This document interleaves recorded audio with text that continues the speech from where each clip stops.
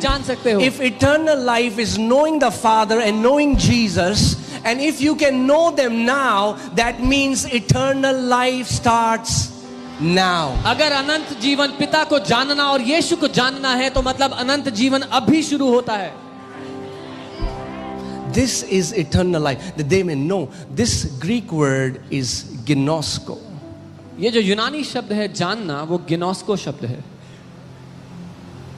But this is not a knowing which happens through five senses by reading a book.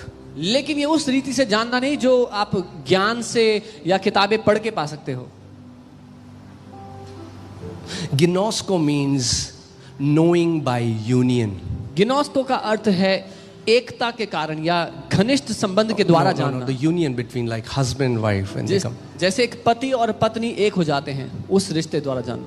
The same word ginosko, if you read a Septuagint Bible, Septuagint means if the Old Testament that is written in Greek is Septuagint. जो पुराना नियम Greek में लिखा गया उसको सेप्टुअजिंट Bible. Because Old Testament was written in Hebrew, but the Old Testament that is written in Greek, so that you can compare the words. The same word ginosko is the word in Genesis chapter 4 verses 1. Adam ginosko Eve, and she produced Cain. Adam knew Eve. This is the same word. It talks about intimacy of becoming one. क्योंकि ये वही गिनोस्को शब्द है जहां लिखा है आदम ने हवा को जाना और उन्होंने केन को उत्पन्न किया। क्योंकि ये गिनोस्को ये घनिष्ठता गहरे रिश्ते को दर्शाता है जहां दो एक हो जाते हैं। Adam did not read a book about Eve. आदम ने ईव के बारे में कोई किताब नहीं पढ़ी। Adam knew Eve. आदम ने ईव को जाना। And what does that knowing produced life? और इस जानने के कारण जीवन उत्पन्न हुआ।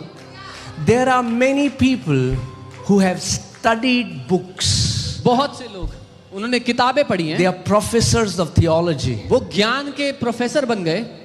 But there is no life. लेकिन जीवन नहीं है। There is no fruit. कोई फल नहीं है उसका। So all that they have is head knowledge. तो उनके पास सिर्फ दिमागी ज्ञान ही है। But if you really know God, life will be produced, and you cannot hide the fruit that comes from knowing God. लेकिन अगर आप परमेश्वर को जान गए तो जीवन उत्पन्न होगा।